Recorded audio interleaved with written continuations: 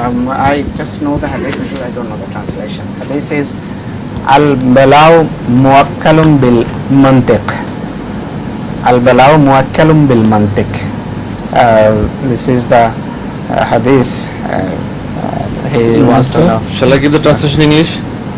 Translation? Yes. English. I have got. Read the translation, please. Speaking without thinking leads to trouble.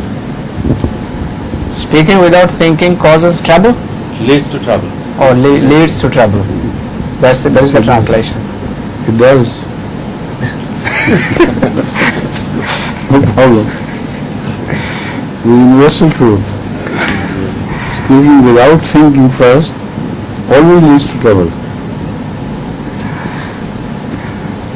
You see, in Urdu there is a similar adverb, pehle tolo, phir muh se bolo. First judge the consequences, then speak, not before.